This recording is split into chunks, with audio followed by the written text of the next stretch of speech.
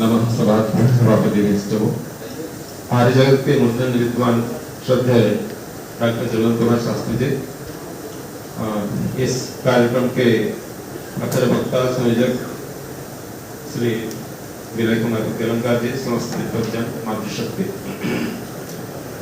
उद्घाटन सत्र के दिन मैंने एक बात कही थी, गुरुकुल कावड़ी विश्वविद्यालय एक विश्वविद्यालय नहीं, अभी तो समग्र क्रांति का केंद्र है। इसकी सूचना, इसकी जानकारी छोटी छोटी आपको अवश्य प्राप्त हुई होगी। और जो अपना प्राचीन गौरव है, चाहे वेद के बारे में, आर्य समाज के बारे में, भारत के जो गौरव है, अतीत है, क्या क्या धरोहर हम लोग, किस धरोहर के हम लोग उत्तराधिकारी हैं, उसकी जानकारी हम लोगों को पहुंचाना इस कार्यक्रम का मुख्य रूप से उद्देश्य था। मैं समझता हूँ वो 100% पूर्ण हुआ। क्यों पूर्ण हुआ? क्योंकि उस चीज के प्रति हम लोगों के मन में जिज्ञासा निश्चित रूप से पैदा हुई। मैं ऐसा मानता हूं, ऐसा है नहीं। अभी एक दो बात पर मैं कमेंट करना जरूर चाहूंगा। जो 3 व्याख्यान सुना आप लोगों ने, बहुत महत्वपूर्ण। सबसे पहले जो अपने माननीय सुद्युम्न जी ने कहा कि भारतीय ज्ञान विज्ञान कितना गंभीर है, हम लोगों को उसको पता भी नहीं।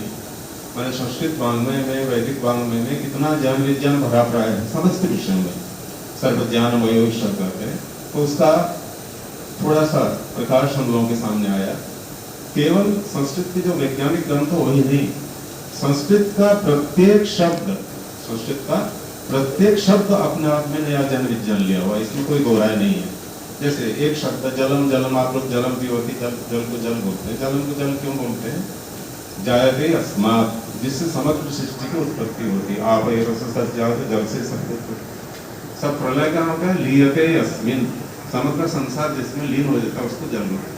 ऐसे प्रत्येक शब्द का आप निघंटु देखिए, निरुक्त देखिए, इसी तरह से नामकरण जो किया गया, उस शब्द का जो कर्म है, उस शब्द की जो विशेषता है, उसके आधार पर प्रत्येक शब्द का नामकरण है। ये विज्ञान का मुख्य आधार है। और इसके लिए तो अलग से व्याख्यान की आवश्यकता है। संस्कारों की बात कर रहे थे माननीय बागीश जी। एक छोटा सा उदाहरण देना चाहूंगा। अपने आप लोगों ने योगदान ऋषिकेश में स्वामी वेद भारती जी थे, वो इसके साक्षात उदाहरण थे। मुझे बहुत उनका कृपा आशीर्वाद मिला हुआ है। जब वो 12 वर्ष के थे, चारों वेद उनको उपस्थित थे। चारों वेद आप कल्पना कर सकते, केवल मूल नहीं, जहां से अर्थ पूछ लो चारों वेदों की। ऋषिकेश में उनको एक बार ब्रह्मा बना दिया। छोटा बच्चा 12 साल के बच्चे को ब्रह्मा सब पढ़ने को पढ़ के इसको ब्रह्मा बना दिया। तो पूछो तुम्हें जहां से पूछना है तो कहां से? शलाका पर जानते हैं ना, शलाका किसी पुस्तक में सलाई डालते जो पेज खुल गया। उन्होंने कहा इस मंत्र की कौन सी व्याख्या करो? आध्यात्मिक करो, आधिदैविक करो, आधिभौतिक करो। पंडितों ने सुना भी नहीं था कि मंत्र के त्रिविध प्रकार की व्याख्या होती है। 3 दौर की व्याख्या की, तो सब उनके पैरों में पड़ गए।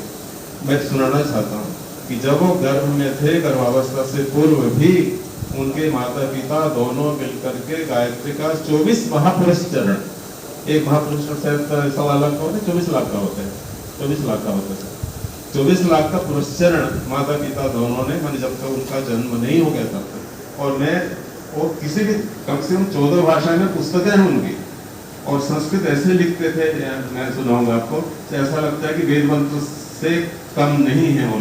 ये अतिशयोक्ति हो जाएगी, वेद मंत्र से भी सुपरिचित है कहा जाए तो, लेकिन वेद मंत्र के बराबर उनकी रचनाएं लगती थी। ऐसे दिव्य प्रतिभा केवल माता जो गर्भाधान संस्कार है उसका विधिवत अनुष्ठान करने से, ये मेरा प्रत्यक्ष देखा हुआ उदाहरण है। तो संस्कारों की महत्ता हम लोग इससे समझ सकते हैं। भाई साहब ने आर्य समाज की जो बात में कही, आर्य समाज क्या है, क्या क्या सामाजिक क्षेत्र में, धार्मिक क्षेत्र में, राजनीतिक क्षेत्र में, जिनके जिस वटवृक्ष के छाया तले हम लोग जीवन निर्वाह करते हैं, उस संस्था का क्या उद्देश्य था, उसके संस्थापक कैसे महर्षि दयानंद कैसे थे, ये समग्र विचार हमारे सामने आया। विचार वैचारिक क्रांति, आर्य समाज इसका जनक है। और हम लोग जो कुछ भी हैं, हमारा जीवन अपने विचारों का पुतला है। हम जैसा खाते हैं, पहनते हैं, उठते बैठते सोचते हैं, हमारे विचार ही तो मूल कारण है। जैसे विचार हैं ऐसे हम कर्म करते हैं, और जैसे हमारे ज्ञान होता है ऐसे हमारे विचार आते हैं। तो सज्ञान कहाँ से प्राप्त होगा? या तो महापुरुषों के सानिध्य से, विद्वानों के सानिध्य से, या जो ज्ञान की पुस्तक है, वेदादि ज्ञान की पुस्तक, उन पुस्तकों के अध्ययन से, उन्हीं विचारों के अनुरूप हमारा जीवन, हमारा आचार व्यवहार कर्म बनते हैं। तो सद्विचार का प्रचार हम करने का परमात्मा ने हमें करने का परमात्मा ने सौभाग्य दिया है। अपने छात्रों, अपने शिष्य प्रशिष्यों के माध्यम से इस ज्ञान परंपरा को, इस वेद की ज्ञान परंपरा को विश्व भर में फैलाएं। इन्हीं शुभकामनाओं के साथ में आप सबको बहुत बहुत धन्यवाद देता हूँ। आप सबको धन्यवाद गुरुवार प्रोफेसर समतानु जी।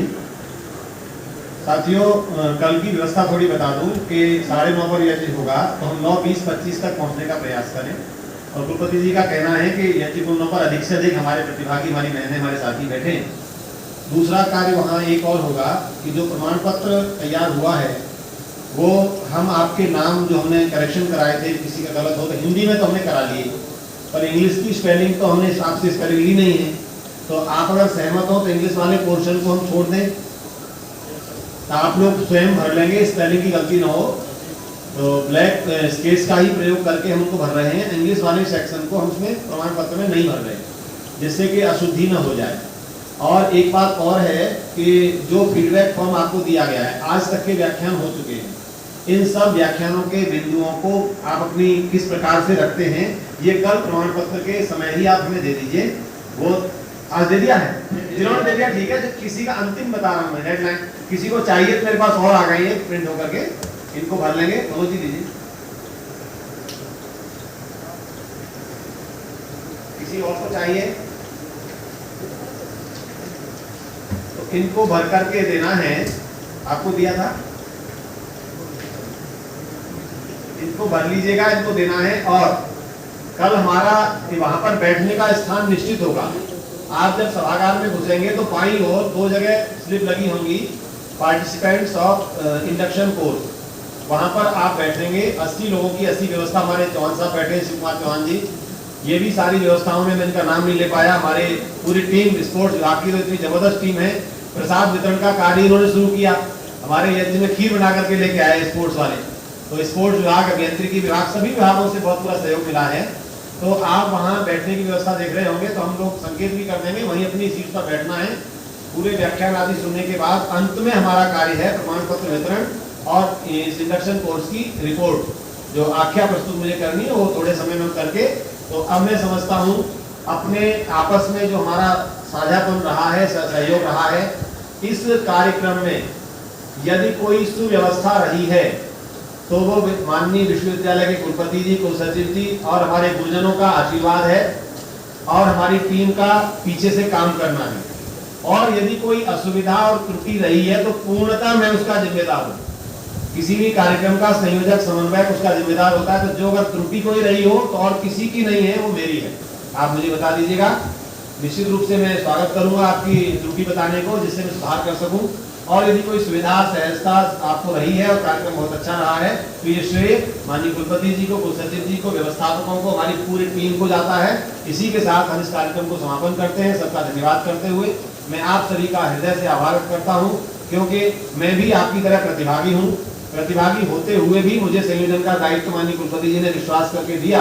मैं उसमें कितना सफल रहा ये आप लोगों की उपलब्धि और आप लोगों का फीडबैक बताएगा। चाहे तो आप इसके नीचे लिख सकते हैं संयोजक के विषय में, संयोजक कैसा रहा है, क्योंकि आपने 13 व्याख्यानों के लिए जगह दी है, एक नीचे खाली जगह है कि इसमें कार्यक्रम का समन्वय, संयोजन कैसा रहा, विद्वानों की व्यवस्था किस प्रकार की रही। आप एक अपना कमेंट भी उसमें दे सकते हैं। धन्यवाद आपका। अब हम शांति पाठ करके इस कार्यक्रम को समापन करते हैं। यहाँ से औपचारिक समापन कल मध्याह्न में होगा। ओम द्यौः शान्तिरन्तरिक्षं शान्ति पृथिवी शान्तिरापः शान्तिरोषधयः शान्तिः वनस्पतयः शान्तिर्विश्वे देवाः शान्तिर्ब्रह्म शान्तिः सर्वं शान्तिः शान्तिरेव शान्ति सामा शान्तिरेधि। ओम शान्ति शान्ति शान्ति। सर्वेभ्यो नमः। एक बात और,